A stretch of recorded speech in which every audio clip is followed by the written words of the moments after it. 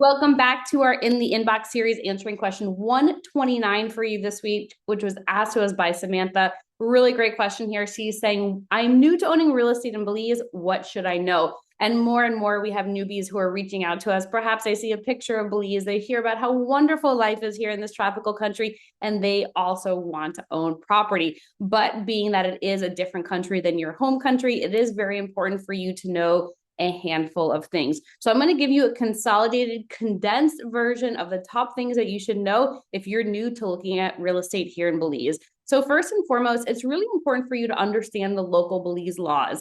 Obviously, Belize is not your home country, so things are going to be a little different. But these are the top three that I want to mention to you when it comes to Belize laws. Number one is that you as a foreigner can get title to your property. So you do have the same rights as locals here when it comes to ownership of land, regardless of where in the country it is. There are two different types of titles here, fee simple and strata.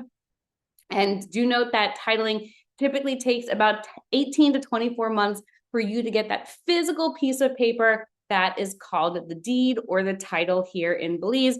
However, with that being said, with these two titles, the fee simple and the strata, note that strata applies more to a condo complex or one parcel of land, or there are multiple structures on that land. Fee simple is essentially a single family home on an individual piece of land.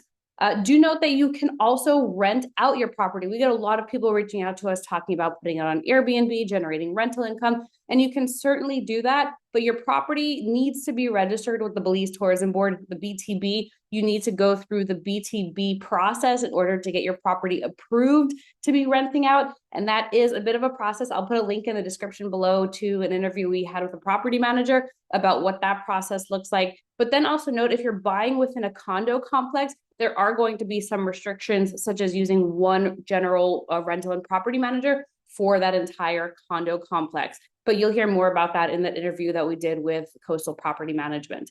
And then number three here is going to be the residency programs. So Belize does offer a variety of residency programs for foreigners. I would say a lot of people tend to start off with just their tourist visa. So you can enter the country, stay here for 30 days at a time. You can go to the immigration office here in Ambergris Caye. We have an immigration office here on the island. So you can just go right there to the office. They'll stamp you for another 30 days. And essentially you can do this for as long as you want. They're just going to make sure that you have not taken a job from a Belizean. When you're here as a tourist, you cannot work for a Belizean company. You can be generating income from outside of Belize, but you cannot be working here for a Belizean company if you're here on a tourist visa. But if you're able to show that either you're retired or you're making money from abroad, then you are able to continue to get that stamp in your passport for an additional 30 days. In addition to that, there's a permanent residency program here where you have to be in the country for 50 out of 52 weeks. Once you meet that requirement, you get a background check. You can submit that application to the government and you can apply and get your permanent residency here. After 5 years of having your permanent residency, it can lead to citizenship. In addition to that, there's the Qualified Retired Persons Program, QRP, which is ideal for somebody who's over 40 years old and not going to be working in Belize. You're here as a retiree and you want to enjoy the retiree life. There are benefits to the QRP program, like bringing items in tax and duty free. You can bring in a container load of items. You can bring in a duty and tax free. You can bring in a vehicle no older than 5 years old, duty and tax free. Some really good benefits of coming under the QRP. However, if you ever switch from the QRP to the permanent residency, you will be charged the back taxes of what you saved in customs and duties from when you came in under QRP. So just something to bear in mind. However, do note I am not an immigration attorney. So if you have any questions specifically about residency or getting a work permit or anything along those lines here, then you will want to talk to an attorney about that. And then also pertaining to work permits, I did mention this, but if you want to work for a Belizean company, you do need to get a work permit here in Belize or have your residency or citizenship. So that's a whole different conversation, but I can put a link in the description below as well with an interview that I had with the residency and citizenship attorney. So you can learn a little bit more about what's available from that regard. All right, number two is know your numbers. And this is so important, is really understanding what you can comfortably afford. Belize is primarily a cash market. It has primarily been a cash market forever. That's one of the big reasons that this industry here is so stable, that the real estate industry is so stable here, because we don't have to have all those crazy mortgages and banks and everything and foreclosures that we're dealing with. When you own your property cash, you own it outright. Now, there is no traditional bank financing for foreigners. Hear me on that. There's no traditional bank financing for foreigners. There are a couple of options, which I'll talk about in a minute, but it's going to be really important for you to run your numbers. How much cash can you put down? And if there is going to be a financing option, seller financing, what is a comfortable amount per month that you can pay? And even if you're planning to put your property in the rental market, I would take that income out of what you can pay comfortably, because here the market, the real estate market, or the tourism market rather, ebbs and flows. We have high season, low season. So some months you're not going to be earning income, where other months you're going to be earning more income than others. So, but understanding that, how much cash can you put down, and what is a comfortable amount can you pay per month if you do find that seller financing, excluding any income that you'd be getting from rentals. So there are two financing options. One of them is with KeyBank, C-A-Y-E. Their terms are pretty high. So 50% financing, 11% interest, 10-year term. I typically say this is like a plan Z. If there are no other options that work, then KeyBank could be that last resort for you. And I say that it's a good last resort because you can see here that the terms are fairly expensive. There is a loan origination fee, which is almost 3%. They do have monthly bank fees as well. So it can get pretty costly to finance with KeyBank, but they're based here in San Pedro, and that is an option if needed. The other financing option is going to be seller financing. So that means you can find a property where the seller is willing to hold the paper for you, hold the note for you, essentially. So standard, it's 50% down, 8 to 10% interest, 3 to 5 year term. So again, coming in, you're going to have to come in with a healthy amount of cash in order to purchase real estate here. I know in so many markets, we're so used to 20% down, 30-year term, 5% interest. That's not the case here. So understanding that will help to set those expectations when you're looking for property here in Belize. And then, of course, communicate that with your real estate agent, because it is primarily a cash market and only about 20 to 25% of properties are offering seller financing. You want to be making sure that you're focusing in on properties that will have seller financing if that's something that you need. Now, with this seller financing, there are always anomalies. Sometimes there's 10-year terms. Sometimes it's 20% down. That is very far and few between, but just come in, I would say, with this expectation and you'll be good. Now, what a couple of our other clients have done is they've gotten HELOCs or line of credit in the States or their home country so that they can do a cash purchase here. You know, sometimes I get messages from people that are like, well, how much can we get this lot for cash purchase? I'm like, right, it is only a cash purchase because that seller is not willing to finance. So familiarizing yourself with that is important, because you as a foreigner are not going to be able to get your traditional bank financing here in Belize. And also your bank in Canada or States or wherever you're from is not going to finance a property for you in Belize because they have no jurisdiction over it if you default. All right, so that's number 2, know your numbers. Number 3 is be prepared for the fees. Be prepared for the fees. So this is really important because it does add an additional about 10% onto the purchase price is going to be your closing costs. 8% stamp tax is 8% of the purchase price, and about 2% in closing fees. So stamp tax is a title transfer fee that's payable to a government, and then about 2% for the closing fees from the closing agent or the closing attorney. If you are doing seller financing, the closing company will typically have an additional set of closing costs for that as well. So it may get a little bit costlier if you are planning to seller finance. And then in addition to that, obviously the typical fees that you would expect after a close or after you take possession, HOA, if that's applicable. Property tax is fairly low here. I'll put a link in the description below to the property tax session that we talked about, where you can hear the estimates, and then also your utility costs. If you are connected to a public grid, you know, like electricity, public water, garbage disposal, then you would expect those as well. But for the specifics on those, like HOA, property tax, utility costs, talk to your real estate agent because it does vary across the board. And then also do note that the prices that we're going to talk about throughout the session are going to be in US dollars. And some of the other ones that are more specific to real estate prices or construction is going to be more applicable to Ambergris Caye. but I just want you to bear that in mind as well. So talking about prices, let's get familiar with property prices. Again, this is specifically on Ambergris Caye. All these prices are in US dollars. Average price for an off-beach, off-grid secret beach lot is about $50,000. Average lot or average price for a lot north in that Path of Progress area is going to be about $55,000. Average waterfront secret beach lot with road access is about $750,000. Again, these are all averages, but about $750,000 US. Average East Coast waterfront lot with road access, and I'm putting road access in there for a reason, is about $350,000. The price for an average lot in San Pedro town is about $150,000. Average waterfront lot with no road access is $200,000. I'll mention something on that in a bit. Average off-grid 2-bedroom home is about $275,000. Average 2-bedroom home standalone single family is about $425,000, and the average 2-bedroom condo is about $490,000. So these are all averages. Of course, you're going to find numbers higher and lower than this, but this is really good for you to understand the standards so you know what you're working with. And if you're coming to us and you're saying, I only have $25,000, I have $5,000 to put down cash, I hate to say it, but this Ambergris Caye may not be the right place for you. You know, you're about 15, 20 years too late at that point. But with that being said, we'll do our absolute best to find something for you. But I did want to mention this waterfront lot with no road access, because sometimes waterfront lots could have road access down the line at some point, or maybe there is no potential for a road there at any point.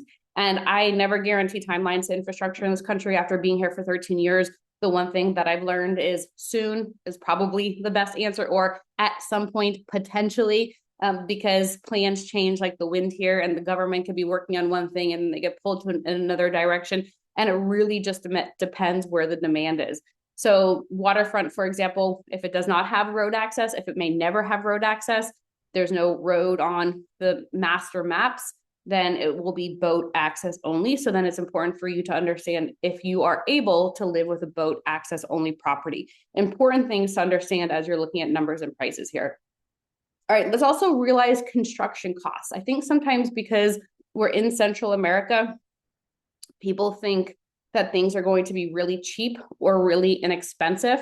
But the reality is we're in a very small country that does not produce a lot. So most things, or a lot of things, are going to be imported, and then here in Ambergris Caye, further shipped out to the island. So things are actually more expensive, or can be more expensive than they are in your home country. Definitely more expensive on Ambergris Caye than it is on the mainland. But you're going to find a handful of different construction methodologies here. There's the standard wood, block and concrete, the cinder block and concrete. This is, I would say, by far the most popular method here. It's what a lot of the contractors know how to do. It's what a lot of the construction workers know how to do. So this is like clockwork for them, where boop, boop, boop, boop, they get it all up constructed, know what they're doing, can probably do it in their sleep. But we're starting to see more steel frame, more Coven tech, or some of that poly structure or SIP panels starting to pop up as well. That's a little bit more specialized though. So you may not necessarily find all contractors know how to do that, but wood and block and concrete are definitely the two construction methodologies that are most common here in Belize, specifically on Ambergris Caye. What you're going to expect when it comes to construction costs is about $180 to $220 US a square foot, not including the land. So that's for a nicely built concrete home that'll include the cabinets, the tiles, sinks, cistern, and septic. Now, if you need solar, if you're purchasing an off-grid lot, solar is going to range entirely depending on how many solar panels you have, how much battery backup you have. But for an average 2-bedroom, 2-bath home, 800 square foot, I'm thinking like the little Mennonite homes out there at Secret Beach, you're looking at a solar package is about $30,000 to $35,000 US. So this is a big chunk, and I don't think people always realize how expensive solar is going to be. You can find the really inexpensive plot of land there at Secret Beach for $50,000, but you're going to need to be budgeting properly for the construction. So just remember to bear those sort of things in mind. And then also, where is the lot that you're purchasing or that you're looking at? because not all of the island has the same utilities. So once you go north of the bridge, for example, on San Pedro, then you are on your own water. Once you get out to Secret Beach, for example, or along the west coast of the island, then you're typically on your own electricity as well. So I'll put a link in the description below where I talk more about utilities on Ambergris Caye, so you can learn about the different areas there as well.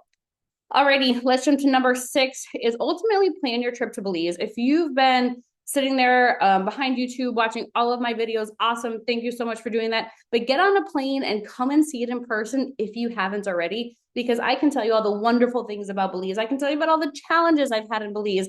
However, the things that I like, the challenges I have had may be different than yours. What's important to me may not be important to you, and vice versa. So you really do need to come down here and see it in person and see if this is a place that's right for you, especially if you want to relocate here. If you want to spend a considerable amount of time here, you have to make sure that you like the country. Now, Belize has many different areas, small country about the size of Massachusetts, 400,000 population-wise, but there are 6 different districts, and each district is completely different. The Keys, for example, tend to be a little bit more built up than the rest of the country, more touristic. However, because it's more touristic, we tend to have more going on here, a larger variety of restaurants and shops. But it's really important for you to know what is important to you and what you're looking for in your location in Belize. In the description below, I'll put a session that we did where I talk about the 6 hotspots where people are buying. And then from there, it can help hopefully identify where in the country that you want to be looking. But please remember, when you're coming down, this is a developing country. So if you are from a developed country, then you kind of want to forget about all of those conveniences that you have in your developed country and be prepared for adventure and patience. And one of the biggest is the rough roads. I mean, my goodness, this is something that's getting better, improving over time, but there are going to be potholes, there are going to be speed bumps, there are going to be parts of the road that need to be completely ripped out and redone. And it'll happen maybe at some point. But this is something that I get a lot of people saying, oh, the roads, I didn't realize how bad the roads were going to be, because we're so used to the smooth highways. We're so used to cars with great suspensions. You know, on Ambergris Caye, we drive golf carts, and golf carts were initially intended for a golf course. But here we are driving them up and down the beach, up and down the roads. And you do feel it. I will tell you, you do feel it. But over time, you know, it is something that you ultimately get used to, but also understand here in San Pedro, because we do drive golf carts and the roads aren't great and not paved in all directions, it does take us more time to get places. So in my sessions, I sometimes tell you it's 8.5 miles north. It's at Secret Beach. From town center, from the center of San Pedro town to Secret Beach, it takes about 50 minutes, 45 to 50 minutes to go from San Pedro town to 8.5 miles north, for example. It's going to take about 40 minutes. And I know if you're thinking 8 miles, you know, if I'm going 60 miles an hour, it'll take me like 8 to 10 minutes. No. We're in a golf cart. We're driving over bumps. We're going behind other golf carts. We have bikes on the side of us.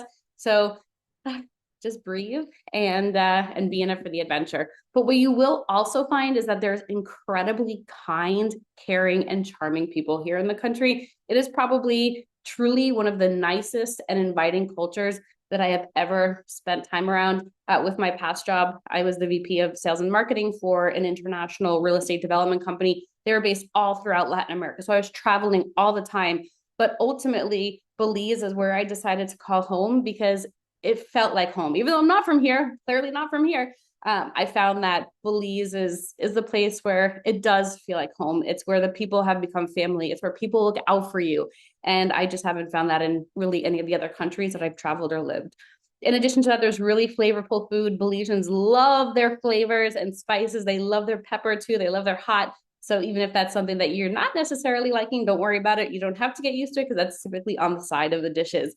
And then, of course, last but not least, because it is a developing country, it's not necessarily as convenient as North American living. So, for example, if you are someone who is so used to your same-day delivery or 2-day delivery on Amazon Prime, put that out the window, because it takes about 2 to 3 weeks to get Amazon deliveries here. You'll send your package to a freight forwarding company. That freight forwarding company is then going to send it over here to Belize, gets to Belize City, has to clear customs and imports. And then from there, it gets sent out to the destination where you are. Let's say you're sending out here to San Pedro. It'll be on the water taxi or Tropic Air. Then they'll call you or they'll send you a notification in the app saying, here's where your package is. You know, you can go pick it up. So it's not as convenient, but I will tell you, you do tend to live a lot simpler and learn to realize what you do not need. So with that being said, my friends, my 3 key takeaways that I'm going to give to you. Number 1, and first and foremost, is know your numbers. Identify the numbers that are truly comfortable for you without being dependent on rental income from Belize. Number 2 is identify your timeline. I know some people that aren't looking to move here or buy anything here for the next 7 to 10 years, and that's okay, but just understand that in 7 to 10 years, it's going to be a very different market. Even a year from now, it's going to be very different. So identify your timeline, understand what that means and what that means too when it comes to prices and availability in the market. And then the third point is obviously be realistic. Be realistic with what you have to work with. You know, our big goal is to make sure that we help you find the property that is absolutely perfect for you. But we also want to make sure that, you know, you understand what the market looks like today. And that's why I gave you those averages of what the prices are here, because it's not cheap anymore necessarily. You're not going to find that beachfront land with road access for $100,000 around town. It's just not possible. But with that being said, we can look at alternatives and really determine what would be the next best option for you based on what the market is currently looking like. So if you're planning to move here to Belize or want to spend considerable amount of time, I put together this resource guide for you. It's really, really helpful. It is important for you to do your homework as well and do your research and do your due diligence. And in here, I put all of the key topics or many, many key topics that will be important for you that maybe you haven't really thought about yet. But email us info@lunarealtybelize.com, info@lunarealtybelize.com, so that we can get those details over to you. And our team will love to be in conversation with you, talk with you, and hear more about what your goals and interests are here in the wonderful country of Belize. All right, everyone, thanks so much for tuning in. And what I will also do, I know there's going to be a lot of links in the description below, but I'm putting one more in there, which is a Belize 101 session that I did. It's a much longer version. It's about an hour. That talks about a lot of these topics, but a lot more in depth. So be on the lookout for that. And if you aren't already, be sure to like this video and subscribe to our page to get all of the latest and greatest happenings here in the Belizean real estate market. All right, bye everyone.